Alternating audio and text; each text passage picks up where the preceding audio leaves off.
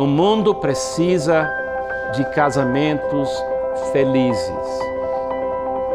Nós precisamos de lares em todas as cidades brasileiras, onde jovens perdidos, crianças que não têm pais, podem abrir a porta e ver a imagem de Deus e falar: é isso que eu quero. É isso que eu quero.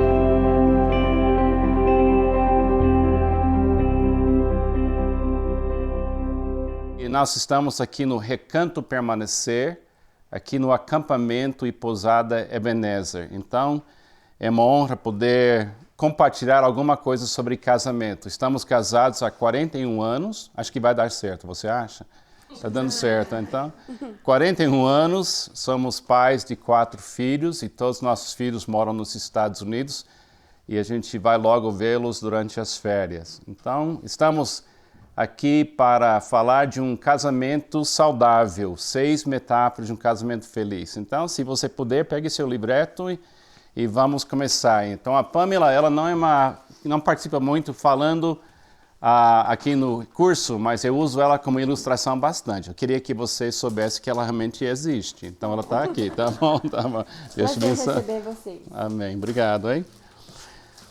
Então, muitos retiros de casais que eu tenho visto e o material que eu tenho lido, a maneira que o pessoal trabalha o material é identificar problemas ou doenças nos casamentos. Quer dizer, o retiro é para corrigir o que está errado ou mostrar soluções para problemas que casais têm. Quando eu comecei a considerar casais em 1976, quase 35 anos atrás, eu percebi que eu estava tentando sempre corrigir os erros. O casal veio no escritório e tinha uma lista de queixas. A mulher tinha uma lista, o homem tinha uma lista, e eu fui trabalhando como se fosse um médico, tentando melhorar comunicação, melhorar finanças, melhorar alguma área do casamento. Eu percebi que depois de uns 10 anos, dentro do meu próprio casamento com a Pamela e também dentro do meu trabalho como pastor trabalhando com casais, que os casais estavam casando sem uma visão clara de um casamento saudável. Entendeu? Eles estavam casando, mas não tinham uma imagem de saúde. Seria mais ou menos como um médico que estuda para ser médico. Na realidade, é interessante, o médico é treinado usando como pano de fundo, como base, saúde e não doença. Então, o médico tem que saber como é que o corpo funciona quando o corpo está bem. Entendeu? Ele não estuda primeiro doenças, entendeu? O médico tem que ser treinado sabendo o que é saúde para uma pessoa que tem 40 anos de idade, o que é saúde para uma pessoa que tem 60 anos de idade, o que é saúde para uma criança de 1 ano. Então eu comecei a mudar minha maneira de trabalhar com casais, porque no meu casamento com a Pamela, nós estávamos passando por umas fases de estresse. Eu casei com a Pamela, eu tinha 20 anos de idade. Ela tinha 19 anos de idade. A gente estava cheio de sabedoria. Entendeu? Casamos muito cedo e 3 meses depois de casar, nasceu nosso primeiro filho. Em 10 anos, nasceram 4 filhos. Nos primeiros 10 anos, mudamos de 8 vezes, mudança de 3 estados norte-americanos diferentes, e mudamos dos Estados Unidos para o Brasil. Então era 10 anos de quase loucura, de correria, mudança. E começou a aparecer no nosso casamento alguns problemas. Então, durante esse desenvolver de aconselhamento, casamento próprio, filhos, mudanças, chegou uma hora que a gente tinha que fazer alguns ajustes, porque a gente sempre tem aquela ideia, eventualmente a vida vai ficar um pouco mais tranquilo. Nós temos essa mentira na cabeça da gente. A gente sempre está pensando, daqui a um ano vai melhorar muito. Aí chega no fim daquele ano, no ano que vem vai melhorar muito. Quando eu me aposentar vai melhorar muito. Entendeu? A gente tem essa tendência de pensar assim. Mas o segredo não é a vida melhorar no sentido daquilo que está acontecendo, mas a gente melhorar. A vida, no mundo terás aflições. Entendeu? Então, é uma ilusão a gente focar muito em esperar que o mundo vai melhorar. Mas eu posso melhorar. Eu posso crescer. Eu posso entender melhor o que está acontecendo. Então, nós criamos, eu e Pamela, esse curso 6 Metáforas de um Casamento Feliz para descrever casamentos saudáveis, casamentos felizes. Então, por essa razão, durante esse retiro, nós não vamos tratar dos seus problemas. Todo casal tem problema. Não existe um casal que não tem desafio. A ideia que tem um casal que não tem seus momentos difíceis não existe. Todo casal tem seus momentos de dificuldade.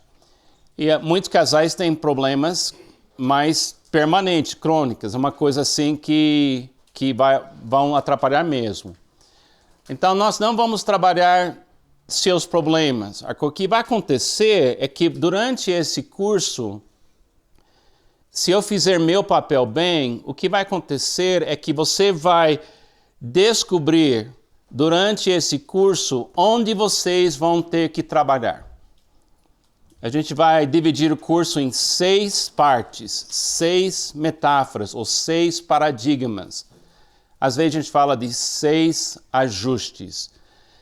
E no nosso casamento, eu e Pamela, nós fizemos todos esses ajustes. Para fazer nosso casamento funcionar corretamente, a gente tinha que mudar paradigmas nessas áreas. Era mais eu, para ser sincero, era mais eu. Porque eu não venho de uma família muito estável, eu não venho de uma família evangélica, no sentido de uma família que tinha uma longa história de vida muito forte na igreja. Então, eu trouxe para nosso casamento muitas ideias erradas. A Pamela, do outro lado, ela é filha de pastor, veio de uma família muito mais estável. Então, nós dois conseguimos achar esses ajustes, e quando temos usado esses ajustes com casais, pode ser casais em crise, pode ser casais que vão casar, a gente tem visto muitas mudanças, porque quando você muda um paradigma, você muda tudo. Então, a gente vai começar agora com a primeira metáfora no seu livreto, que é sobre a imagem de Deus. A imagem de Deus. Se você achar a sua página aí no seu livreto, a gente vai começar. Agora, eu vou contar uma história que eu sempre conto, mas normalmente eu não conto na presença do Josmar. O Josmar está aqui, ele pode ficar, tá? Pode ficar. Porque eu vou contar para ele ouvir essa história pessoalmente, que é uma história gostosa. O poder de um paradigma. O poder de um paradigma. Um paradigma é uma maneira de ver. E uma vez que você tem um paradigma, esse paradigma, ele governa você. Você pensa que você está controlando as coisas, mas na realidade é a sua maneira de ver a realidade que está controlando você. Então, se você tem um paradigma errado da realidade sobre dinheiro, sobre sexo, sobre comunicação, sobre espiritualidade, aquele paradigma tem uma força impressionante sobre você. Eu gosto muito de pizza. E meu grande amigo Josmar, que é o dono aqui do acampamento Ebenezer, ele também gosta de pizza, não gosta? É muito bom. Nós achamos que lá no céu vai ter pizzaria. Vai ter? Mas de graça, ninguém vai ter que pagar, eu espero. Né? Se não tem, vamos abrir. Combinado? Vamos abrir uma boa pizzaria. Agora, uma noite, combinamos com Josmar e Marisa, que naquela época estavam morando aqui em Campos, que eu e Pamela, que a gente mora em São José dos Campos, ia encontrar Josmar e Marisa e seu filhinho, não mais filhinho, ele é mais alto que eu, Paulinho, e comer uma pizza numa pequena cidade chamada Quiririm, que fica na estrada vindo para Campos Jordão. Vocês, para chegar aqui, tinham que passar pela pequena cidade de Quiririm. E lá tem uma boa pizzaria, muitas pizzarias boas. Mais ou menos 6 horas da tarde, no domingo, encontramos Josmar e Marisa lá na pizzaria. E comemos uma boa pizza, e o plano era de sair de lá e subir aqui para Campos e dormir aqui no acampamento. E foi um momento muito bonito. Terminando a jantar, eu falei para Josmar, eu não gosto de subir a serra aqui durante a noite, porque tem neblina, tem muita curva. Mas o Josmar, ele vive aqui tanto tempo que o carro dele quase vem sozinho para cá. Aí eu falei, posso seguir você? Então ele me permitiu segui-lo. E saímos do restaurante, entramos na estrada, e aquela estrada bem simples de 2 pistas. Uma pista que sobe para cá, outra que desce, e uma escuridão quase completa. Então eu estava atrás do Josmar. Agora ele nega, mas eu não sei. A gente vai ter que esperar para Jesus lá no céu nos revelar a verdade.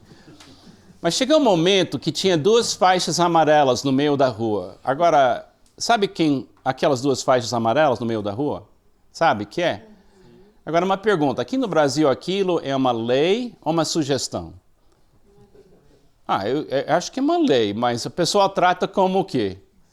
Sugestão. Se não tem polícia por perto, você pode passar. Agora, eu não sei.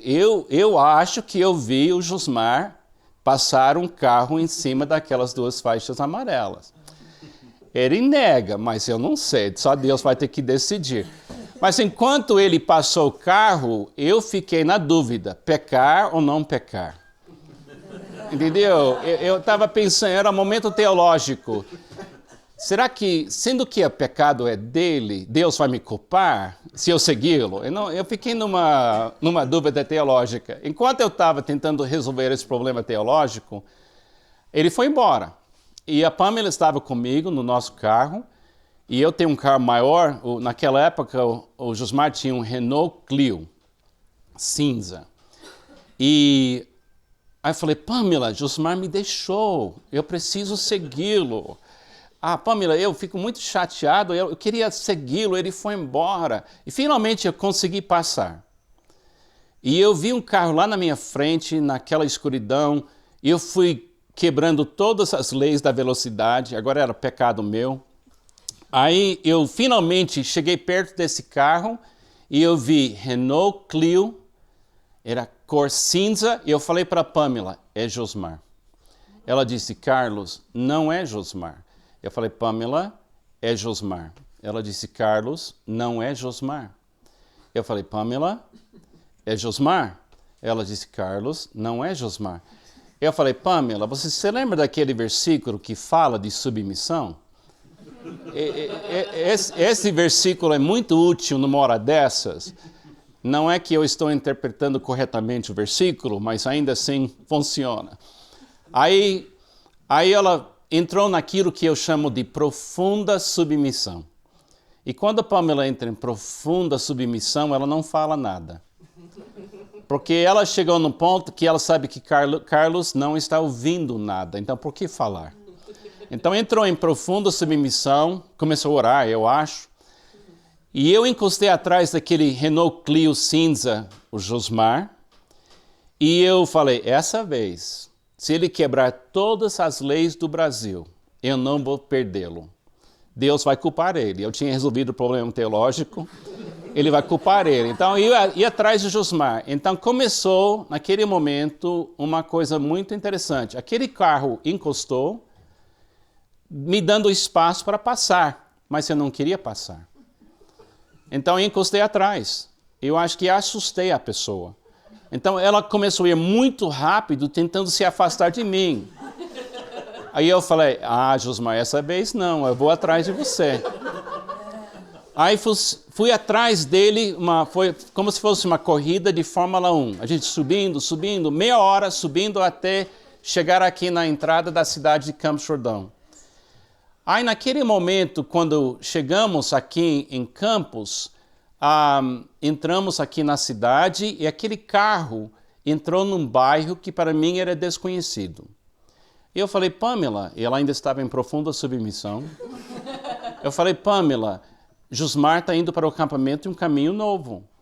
E enquanto Josmar estava na minha frente, veio um carro atrás de mim. E eu olhei para trás pensando, puxa, alguém está seguindo a gente. Pode ser sequestrador. Porque meu carro chama atenção. Então, aí, enquanto eu estava olhando para trás, aquele carro da frente foi embora. E eu falei, Pamela, eu perdi o Josmar. Agora não sei onde eu estou, aqui na cidade. Ela ainda estava em profunda submissão, não falou nada. Aí, de repente, aquele carro de trás encostou ao lado do meu carro e a pessoa lá no outro carro baixou a janela e eu vi a Marisa. Eu falei, Pamela, é Marisa. Entendeu? Aí eu baixei a minha janela e a Marisa falou, Carlos, você está perdido? Então eu estava seguindo uma outra pessoa o tempo todo, não era Josmar. Aí naquele momento a Pamela saiu da profunda submissão, porque eu poderia ouvir de novo, porque eu errei. E eu estava pronto para ouvir alguma coisa, mas ela não falou muita coisa não, ela ficou meio assim alegre. E eu descobri naquela noite que quando você pensa que você conhece uma verdade, é Josmar. Isso foi minha verdade. É Josmar. Então, eu tinha que excluir todas essas outras verdades. Porque agora eu estou seguindo o Josmar. E o que aconteceu? Eu estava totalmente perdido quando eu cheguei naquele bairro. Por quê? Porque um pensamento, quando você tem um pensamento, um paradigma, se o paradigma está errado, aquele paradigma está levando você para algum lugar. E você vai chegar onde o paradigma leva você. Por isso a Bíblia fala que somente a verdade em Jesus nos liberta. Porque Jesus, ele é o paradigma. Ele falou, eu sou a verdade. Então, vendo Jesus, a gente vê tudo. E a Bíblia é um livro cheio de paradigmas. Em Gênesis capítulo 1 e 2, tem o paradigma do casamento. Então, durante o nosso curso, a gente vai desafiar 6 paradigmas, ou 6 metáforas. Em cada uma delas, você vai poder olhar e decidir se você está seguindo uma verdade. É Josmar ou não é Josmar? É a verdade ou não é verdade? Se eu seguir o Josmar, ele nunca vai me levar para um bairro desconhecido. Mas se eu seguir uma pessoa que não é Josmar, então só Deus sabe onde eu vou chegar. Se eu seguir Jesus na minha vida, eu vou chegar no lugar certo. Se eu seguir uma pessoa que não é Jesus, só Deus sabe onde eu vou chegar com aqueles pensamentos. Então, eu espero que você possa, durante esse curso, abrir o seu coração e não fique rebelde como eu naquela noite. Deixa Deus abrir seus olhos para a verdade do casamento. Mas antes disso, eu quero apresentar a nossa família. Eu e Pamela, 41 anos casados, muitas mudanças de paradigmas, ainda estamos crescendo. Esse aqui é nosso filho Kenny, sua esposa Kelly, e 3 dos nossos netos. Eles moram em São Francisco, e é uma linda família. Kenny é empresário e também pastor. Esse aqui é o Kevin e sua esposa Suzy, e o Mason, e quem manda na família é aquele pequeno lá embaixo, o Max. Né? Eles moram no norte do estado de Flórida. Kevin criou um software para igrejas e também é pastor.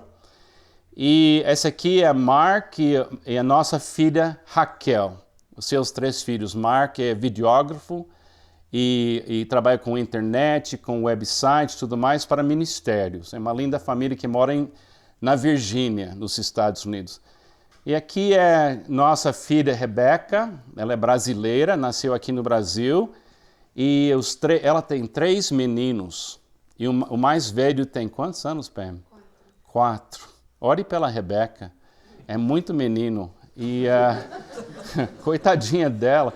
E o John é pastor também, trabalha numa igreja no sul de Flórida. Agora, muito interessante essa questão de casamento. Vamos fazer uma coisa aqui só para mostrar uma ideia aqui. Eu quero que você ache aqui na tela o número 1. Está vendo lá em cima no canto? Número 1. Depois tenta achar número 2, número 3, número 4, número 5.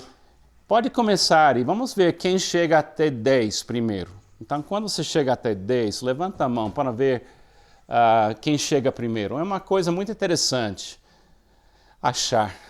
Então, você vai 1, 2, 3, 4, 5, 6, 7, 8, 9, 10. Quem já fez, não pula na frente da fila, tá bem? Então, e vamos ver. Achou 10, né? Tem uma mente mais sistemática. Quem não gosta desse tipo de exercício? A Pamela odeia. Então, tem gente que gosta, tem mente bem assim. Já achou 10? Deixa eu ajudar vocês um pouco. Tá bom? Agora, aqui tem um sistema escondido nessa confusão. Olha o número 1, no primeiro quadrado. No segundo quadrado tem 2. No terceiro tem 3. Aqui tem 4, tá vendo? Tá me seguindo? 5, 6. Aqui embaixo 7. Lá embaixo mesmo 8, 9. Aí volta para cima. 10, 11, 12. Tá vendo? Agora o que acontece? Fala a palavra casamento e na cabeça da pessoa você tem isso. Casamento é uma confusão. Na mente da maioria das pessoas, se você perguntar o que é um casamento feliz, ou o que é um casamento, ou por que casamos, ou como funciona um casamento, é uma salada, é ideias que pegaram dos pais, ideias que pegaram da televisão, e eu espero que não pegou das novelas, ideias que a gente pega na escola com amigos, um pouco da Bíblia, mistura com alguma outra coisa e você acaba tendo as ideias. Vem para um retiro de casais e às vezes a gente chega a ver um pouco melhor. Então eu acho que se você já fez retiro de casal, você já ajudou bastante seu casamento. Mas na realidade, onde nós queremos chegar é em Jesus. Porque ele mesmo disse, eu sou o caminho, eu sou o caminho, verdade e a vida. Quer dizer, nós temos que descobrir o que Jesus está vendo. Nós temos que voltar e perguntar, Deus criou o casamento no início, em Gênesis 1 e 2, a gente tem isso, então a gente quer chegar em Jesus. Uma coisa que eu descobri como pastor é que é uma coisa estudar a Bíblia, de capa a capa. Isso eu já fiz. Eu estou estudando a Bíblia todo dia, desde 1972. Então, eu conheço a Bíblia de capa a capa. É outra coisa deixar a Bíblia levar você até Jesus. É uma coisa você usar a Bíblia como um destino. É outra coisa deixar a Bíblia levar você até Jesus. Na realidade, o papel da Bíblia não é ser um destino. A Bíblia é como o sol. Não é bom ir para o sol, pode queimar você. O sol ilumina o que a gente precisa ver. Então a Bíblia funciona assim. Então a Bíblia não é um livro sobre casamento, mas dentro da Bíblia a gente encontra o que Jesus pensa do casamento. O que Deus pensa do casamento, porque eles são os criadores. Entendeu? Tá bom. Agora, a primeira metáfora que a gente quer ver é essa metáfora da imagem de Deus. A imagem de Deus. Porque a gente vai descobrir agora a razão do casamento. A razão mesmo do casamento. Aqui é uma foto aqui de uma família norte-americana. No meio do foto tem um casal de uma certa idade que é Bill e Mary Jo Price. São amigos nossos e são mantenedores do Ministério Permanecer. Ele tem uma companhia bem sucedida e todo ano o Bill e Mary Jo ajudam a manter eu e Pamela morando aqui no Brasil como missionários. E essa é a família dele. Eles têm 5 filhos e os netos. Eu acho que tem umas 17 pessoas nessa foto. Para mim, essa foto é uma família cristã muito forte, de muita fé, de muita esperança, de muito amor. O que você está vendo aqui é a imagem de Deus. A imagem de Deus aparece quando você vê o amor que não para.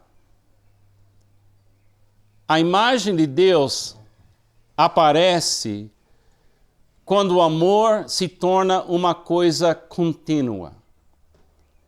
Se eu amar a Pamela 41 anos, 42 anos, 43 anos, 44 anos, 50 anos, 60 anos, então a gente revela um fato: o amor existe. E quando o amor é contínuo, Deus aparece.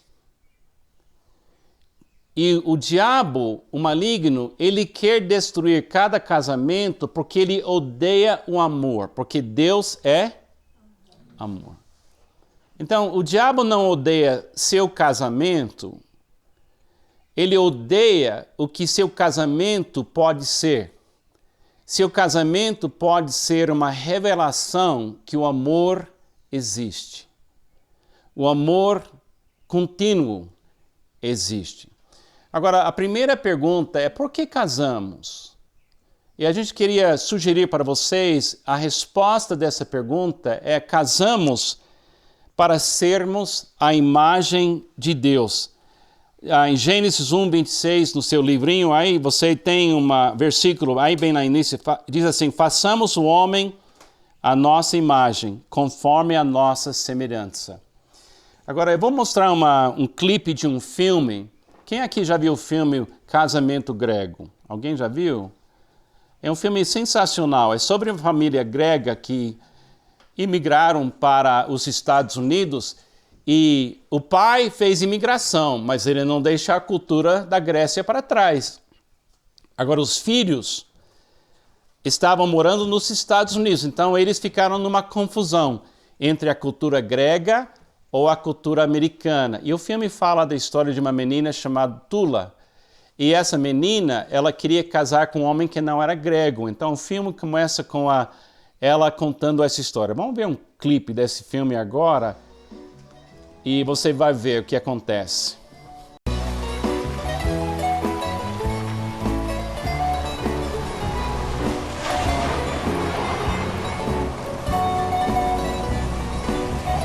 Chicago, 5 horas da manhã.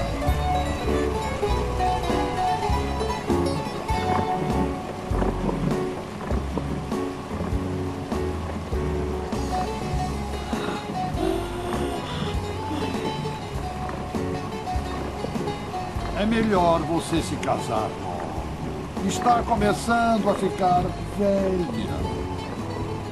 Meu pai tem dito isso pra mim desde que eu tinha 15 anos. Porque uma boa moça grega deve fazer 3 coisas na vida: casar com um rapaz grego, ter filhos gregos e engordar todo mundo até o dia em que morrer.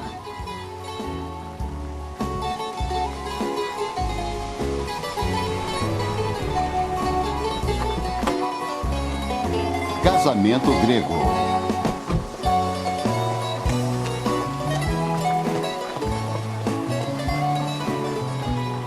Agora, pegou a razão do casamento grego? Quem pegou as três? Fala aqui. Casar com um rapaz grego, ter filhos gregos e engordar todo mundo até o dia que você morrer. Então, para ela, essa foi a razão do casamento.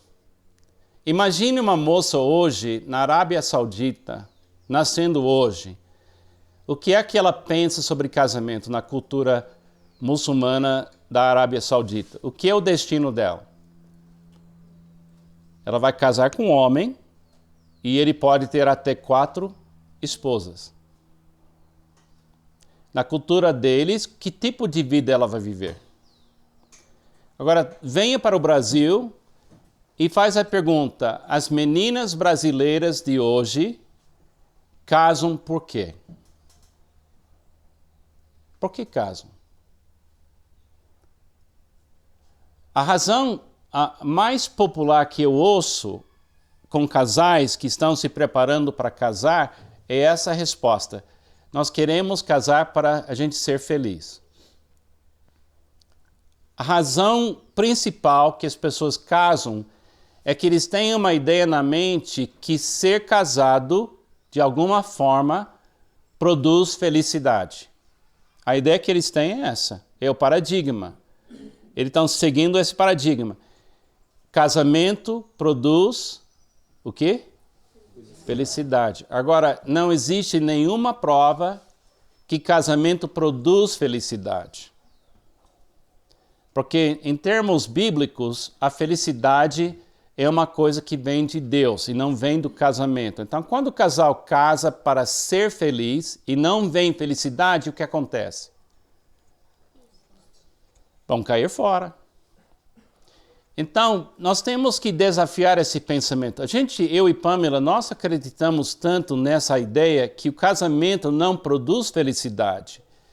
Porque quando eu casei com a Pamela, nos primeiros 3 anos do nosso casamento, mais ou menos, eu tinha como meu alvo mantê-la feliz. Eu pensei, na minha mente, que a felicidade da Pamela estava nas minhas mãos. Ela seria feliz se eu conseguisse mantê-la feliz. E ela estava feliz quando ela casou comigo. Então eu pensei que seria fácil mantê-la feliz. Então eu me esforcei muito. Eu cheguei em casa um dia frustrado com ela. E eu falei: Pamela, eu me esforço tanto para manter você feliz. Eu trabalho, eu ganho dinheiro, eu sou pastor, eu faço tudo isso. E a Pamela, uma coisa que eu aprendi depois de todos esses anos, a Pamela não tem medo de mim. Às vezes eu queria que ela tivesse um pouco, mas ela não tem. Que é uma coisa boa, porque medo não vem de Deus. Então, ela olhou para mim bem nos olhos e ela disse: Carlos, não é sua responsabilidade me manter feliz. Eu estava feliz antes de casar com você. E eu não gostei. Então, a gente descobriu logo no início do nosso casamento que quando eu tento ser a fonte da felicidade da Pamela, ou a Pamela tenta ser fonte da minha felicidade, não funciona. Mas quando eu recebo a minha felicidade diretamente de Deus e ela recebe a felicidade dela diretamente de Deus, nosso casamento se torna um lugar onde podemos misturar as nossas felicidades. Aí é uma festa. Você prefere andar com alguém numa viagem de 10 horas de carro que é feliz ou infeliz? Feliz. Prefere trabalhar ao lado de alguém feliz ou infeliz? Feliz. Agora, você pretende passar 50 anos mantendo sua esposa feliz? Ou seu marido feliz? Você acha que você aguenta? Você dá conta disso? Nenhum ser humano dá conta disso. Agora, nós treinamos as nossas 2 filhas com esse conselho. Falamos para Rebeca e Raquel: vocês vão estar prontas a casar quando você não precisa de um homem para ser feliz. Por quê? Porque eu sabia que se elas casassem pensando que o marido faz ela feliz ou mantém ela feliz, não vai dar certo. porque a felicidade que sua alma quer ter vem diretamente da fonte, que é Deus. E é uma coisa muito importante. Agora, vamos aqui em frente, a gente vai ver isso em termos bíblicos, e você vai anotando na sua apostila. Deus é fonte das fontes. Deus é fonte de todas as satisfações. Deus sustenta as satisfações diariamente. Deus nos ama colocando a sua satisfação ao alcance de todos. Aqui tem alguns fatos teológicos, alguns fatos bíblicos de Gênesis capítulo 1. Se você ler capítulo 1 de Gênesis, você vai descobrir nesse trecho que tudo que a gente vê aqui no mundo que é lindo, que é bom, que a gente come, que a gente vê, que o ar que a gente respira, tudo que existe vem de uma fonte. E essa fonte é o Criador. Então, se eu quiser viver bem, eu preciso viver da fonte. Para eu estar bem, eu tenho que achar a fonte, porque eu preciso beber da água pura. E agora essa fonte é Deus. Agora, Deus criou o casal para cooperar com Ele e criar um ambiente onde o amor vem da fonte. E onde o amor sai da fonte, entra em mim e chega na Pamela. Sai da fonte, entra na Pamela e chega em mim. Então, na Bíblia, tudo depende de fonte. Você lembra no livro de Gênesis que tinha duas árvores, a árvore do bem e o mal e a árvore da vida. É uma ilustração. Tudo depende da fonte. Come dessa árvore, o resultado é morte. Come dessa árvore, o resultado é vida. O segredo da espiritualidade, o segredo da alegria, o segredo do amor é você estar comendo e bebendo e vivendo da fonte. Em Gênesis 1 e 2, a gente vê um casal, um casamento, onde os dois estão comendo da fonte. Quando comeram da fonte, Deus deu tudo certo. Na hora que mudou de fonte, em Gênesis 3, tudo começou a ter problema. Adão acusou a Eva, fugiram da presença de Deus. Em Gênesis capítulo 4, um irmão mata outro irmão. Isso é poder de fonte. Então, entenda uma coisa muito importante no seu casamento. Se você tem problemas no seu casamento, o problema não é o casamento. O problema é fonte. Muito importante. Se mudar fonte, muda tudo. Se não mudar fonte, não muda nada. Por isso, Jesus falou para o Nicodemos, em João capítulo 3, você precisa o quê? Tem que nascer de novo. Em João capítulo 4, a mulher samaritana, ele diz, eu posso ser em você uma nova fonte, jorrando com água viva. No aconselhamento, não adianta a gente trabalhar doenças sem verificar fonte. No meu casamento com a Pamela, eu estava buscando a felicidade dentro dela. Eu queria beber e comer da beleza que é a vida da Pamela. A Pamela tem uma vida interior linda, sempre teve. E eu queria beber dessa fonte. E ela sonhava em ter um casamento com um homem também que tinha uma vida interior, uma vida fonte. Mas Deus eventualmente ensina a gente, nós temos que beber na fonte que é Jesus. Amém? Isso é muito importante, muito importante. Agora, existem duas razões essenciais para casar. A primeira delas é amar. O casamento existe para criar um ambiente onde o amor é abundante. A gente aqui trabalhando com Josmar e Marisa, e vendo o acampamento Ebenezer, conhecendo a sua família, a gente vê a imagem de Deus neles. No nosso casamento, eu creio que a imagem de Deus aparece. O que quer dizer isso? Alguém abre a porta do nosso apartamento e se ficar um dia conosco, 2 dias conosco, 3 dias conosco, deveriam ver a imagem de Deus aparecendo no nosso lar. Quando eu tinha 16 anos de idade, eu estava muito perdido. Meu pai faleceu quando eu tinha 10 anos de idade, meu pai tinha problema com bebida. Infelizmente, na noite que ele morreu, eu estava na cama ao lado dele. No fim da semana, ele tinha bebido muito. Ele sofreu um infarto, eu estava ao lado dele no momento que ele morreu. Isso me abalou muito, isso me deu muito medo. Então, quando eu casei com a Pamela, eu já estava cheio ainda desse medo, de perder coisas preciosas. Mas quando eu tinha 16 anos de idade, eu aceitei a Jesus.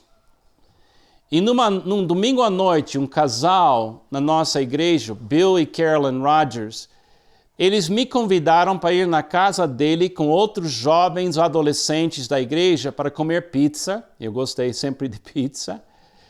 E eu fui para a casa deles, logo depois da minha conversão. E no momento que eu entrei na casa deles, a diferença que eu vi entre a maneira que eles estavam vivendo juntos e cuidando dos seus filhos era chocante. Chamou minha atenção. Na hora que abri a porta, entrei na casa deles, Deus me revelou. É isso que eu quero. Sem qualquer aula, qualquer teologia, eu disse, é isso que eu quero. Sabe o que eu vi naquela noite? A imagem de Deus. Eu vi.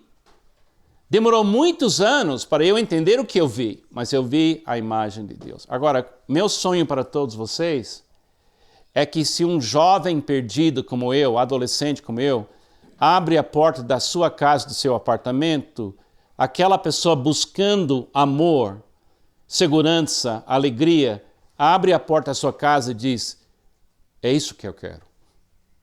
É isso que eu quero.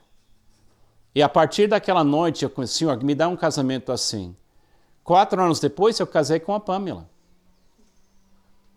E não apareceu imediatamente aquele casamento, porque eu tinha que aprender muita coisa que Deus queria. Então, que eu aprendesse. Agora, a primeira responsabilidade. Outra coisa, a glória de Deus, tornando a natureza de Deus visível e disponível.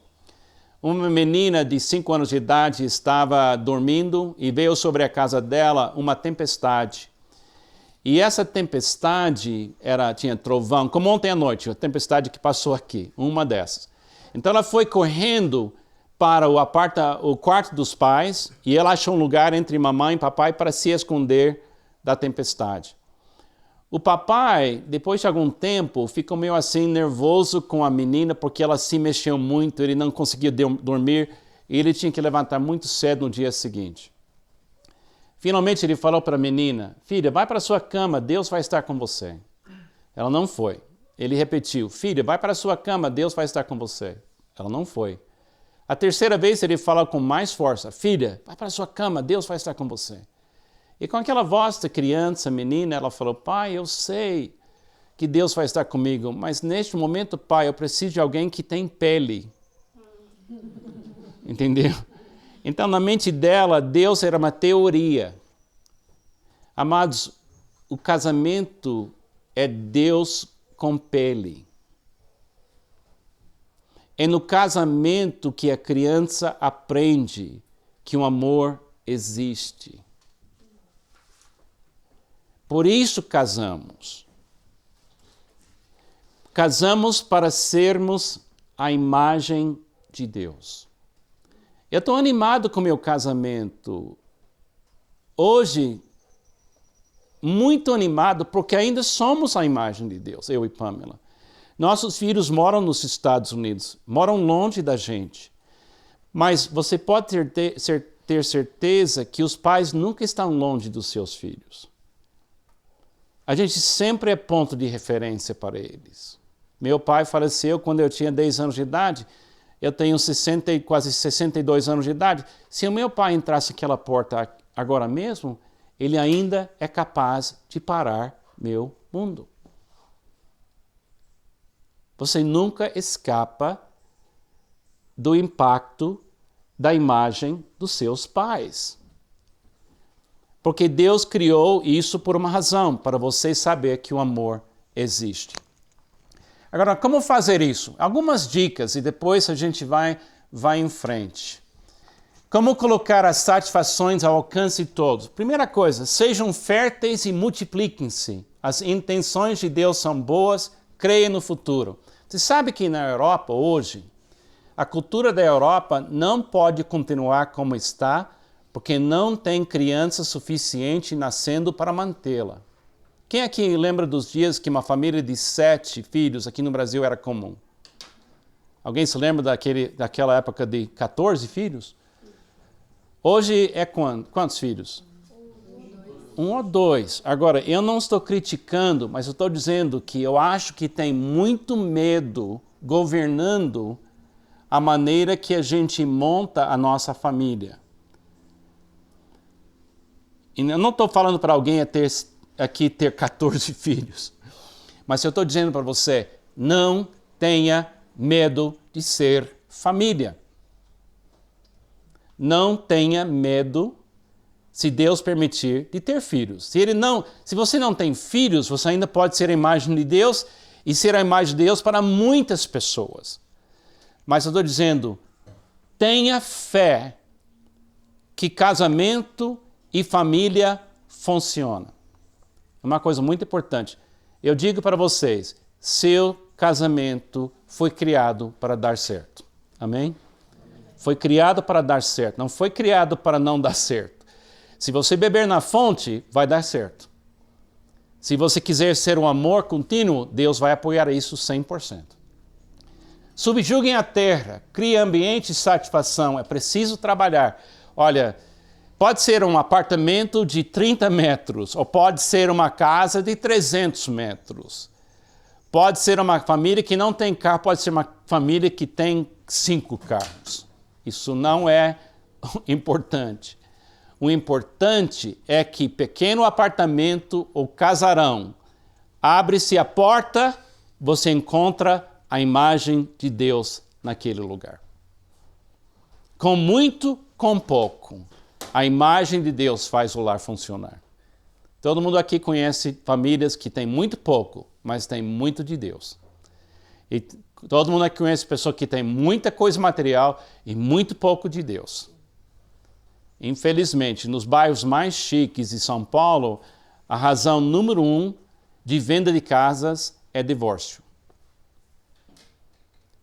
As casas que entram no mercado, muitas vezes, é porque a família está numa fase de divórcio. Número 3, domine sobre os peixes do mar, sobre as aves do céu, tome o seu lugar de liderança. Entenda que Deus criou você para assumir uma tarefa que animais não podem assumir. Ele criou você para ser a imagem dele aqui. É muito popular hoje em dia todo mundo fazer um animal igual ao ser humano. O ser humano ocupa um lugar todo especial. A gente existe para revelar a imagem de Deus. Um animal pode revelar uma parte da glória de Deus, mas ele criou você para amar. E você é especial por isso. Aceite isso. Você tem muita importância. Ele fala assim, eis que lhe dou todas as plantas que nascem, receba as satisfações de Deus e saiba que Deus está cooperando. Fala isso comigo. Deus está cooperando com o meu casamento. Amém. Então a gente vai falar mais sobre isso. Mas o segredo de um casamento feliz não começa em você. O casamento feliz nasce em Deus e Deus quer dar esse casamento para você. É pela fé. Você vai receber esse casamento, você não vai criar esse casamento. É impossível. É um sistema assim que funciona. Deus é fonte das fontes. Tudo que é bom nasce nele, inclusive a alegria. Essa alegria vem para o casal. O casal mistura essas coisas. Eu sou alegre em Deus, a Pamela está alegre em Deus, aí é festa. Viajar com a Pamela feliz em Deus, Carlos feliz em Deus, podemos estar no trânsito em São Paulo e ser feliz. É mais difícil, mas a gente pode acontecer. Entendeu? Aí essa alegria passa pelos pais para os filhos, se tem filhos, depois para parentes e depois para vizinhos e até para inimigos. É um ecossistema. Começa em Deus, passa pelo casal, vai para os filhos, vai para parentes, vai para os vizinhos, e o mundo é um mundo cheio do amor de Deus. Quando esse sistema funciona, olha, uma coisa muito interessante. Quando eu aceitei a Jesus e depois casei com a Pamela, nós criamos um sistema com 2 pessoas, 4 filhos. Agora, só entre nós temos 4 filhos, 2 noras, 2 genros, 11 netos. Vai mais 40 anos e vai multiplicando isso. Está vendo a beleza do plano? A imagem de Deus passa de uma geração para outra geração, para outra geração, para outra geração, para outra geração. E o diabo, ele quer fazer o quê? Ele quer destruir esse sistema. Mas Deus é maior que ele, amém? Amém. Agora eu quero terminar com um vídeo. E esse vídeo mostra uma moça e um rapaz que, para ser sincero, se essa menina, Larissa, fosse a minha filha, eu não sei se eu teria dito para ela fazer o que ela faz aqui nesse vídeo. Porque eu sei como a vida é difícil. Agora, o vídeo está em inglês, mas tem uma legenda. Então, eu espero que você consiga ver a legenda embaixo e ler. Mas deixa eu contar a história. Essa menina, Larissa, estavam namorando um rapaz chamado Ian, na faculdade. Eram crentes bem fortes. O Ian, ele sofre um acidente de carro. Ele sofre uma trauma no cérebro. Ele perde o uso do corpo. Ele não consegue falar. Então, em vez de ela desistir do casamento com ele, porque eles já estavam pensando em casar, ela decide, na presença de Deus, de casar com ele. E ela explica por quê. E eu acho que ela está dizendo o que eu estou tentando dizer. Que a razão do casamento não é a beleza física, não é a riqueza, é ser a imagem de Deus. E ela, de alguma forma, ela pegou essa ideia. Agora, que é difícil, é difícil. Se vai dar certo até o fim, eu não sei. Mas isso me inspirou. Eu quero compartilhar isso com você.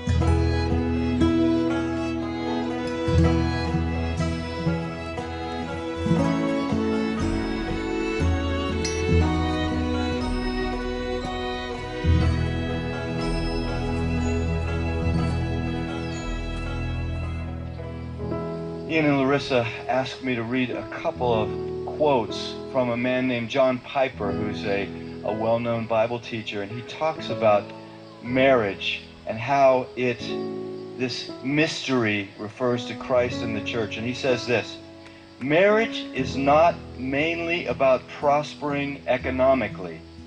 It is mainly about displaying the covenant-keeping love between Christ and his church. He says, knowing Christ is more important than making a living. Treasuring Christ is more important than bearing children. Either way, it is short. It may have many bright days, or it may be covered with clouds. But if we set our face to make of marriage mainly what God designed it to be, no sorrows and no calamities can stand in our way. Every one of them will be not an obstacle to success, but a way to succeed.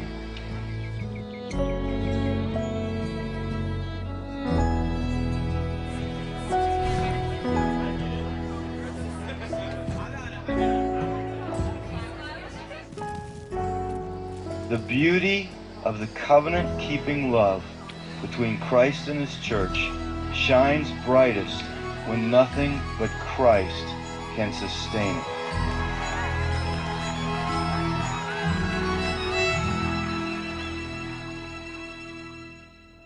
Ian and I first met in 2005 at college and had a blast for 10 months getting to know each other. And I was looking through and I found one of my favorite pictures, which I think was actually taken right before his accident. He set up a camera on his tripod, and it's just a classic Ian face that to me sums up who he is.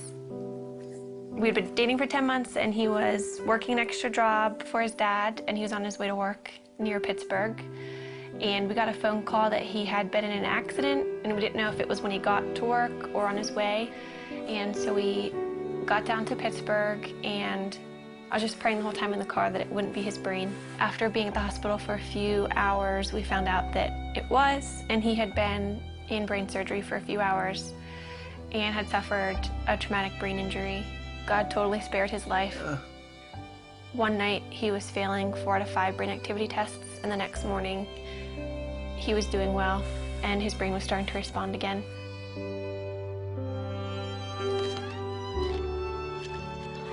I moved in with his family after the accident, so I was really involved in his therapy and just did whatever I could to make his life fun.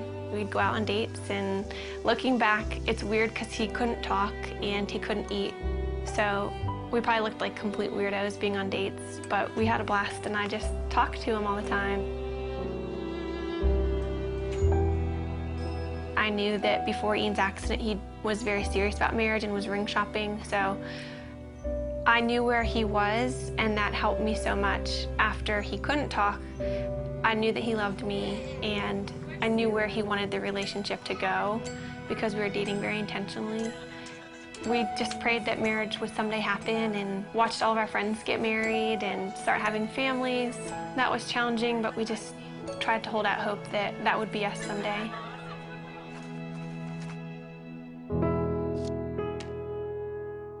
This is our board of gratefulness, and we encourage anybody who comes in to write a note of something that they're thankful for. It could be really small. Mine is just Saturday mornings, and it's just a good way that we've found to be just practicing gratefulness. And Ian, I think half of yours say my wifey, which is pretty cool.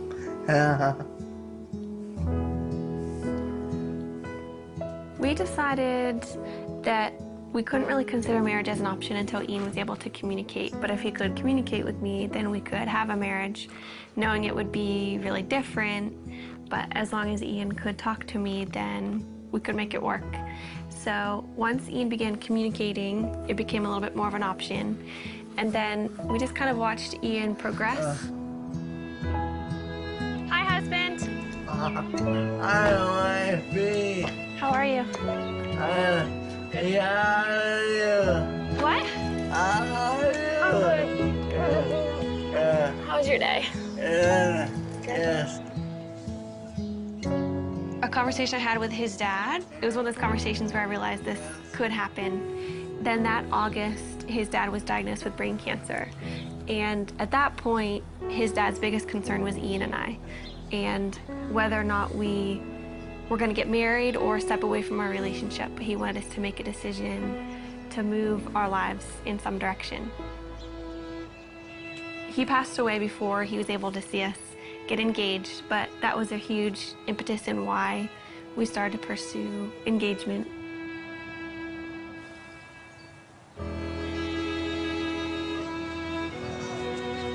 Throughout premarital counseling, we just used this momentary marriage. It was so helpful because John Piper talked a lot about primary things and secondary things, which is really important for us because when we're walking out our marriage practically, Ian can't do the secondary things like working or making a meal for me. Everything that's primary, though, he can do, which is leading me spiritually. Ian always comes back to the foundational truths of who God is and kind of reels me back in from my emotions, and that's the most important thing. We have 2 friends that we're going through the book with. I think we've just been able to help them see that maybe the little things that they're excited for about marriage are worth being excited about, but they're not the end all and be all of their marriage. But we also have so much to learn, and we're learning from them and things that they share, because our relationships are different and we can glean different things from each other. I think what helped us in deciding to make this commitment to each other, at least for me, is knowing that Ian wouldn't have left me if the roles were reversed, and that we love each other and we know that God's going to be faithful to our marriage. We're able to love each other with, I think, a more Christ-like love because of Ian's disability, and just to understand that picture a little bit better than if you were healthy. Yeah. Do you agree? Yes. What about God enables you to have a happy marriage? You know, What? he's awesome. He's awesome. Yeah.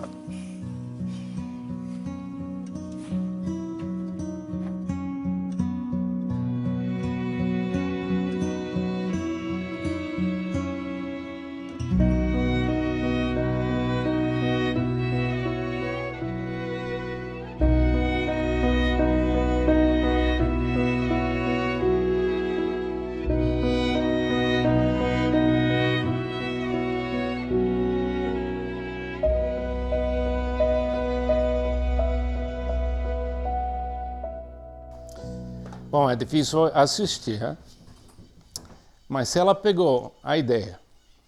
E eu não sei se eu teria condições de fazer o que ela fez. Ou não sei se eu teria maior orgulho se ela fosse minha filha. Mas a vida não é fácil.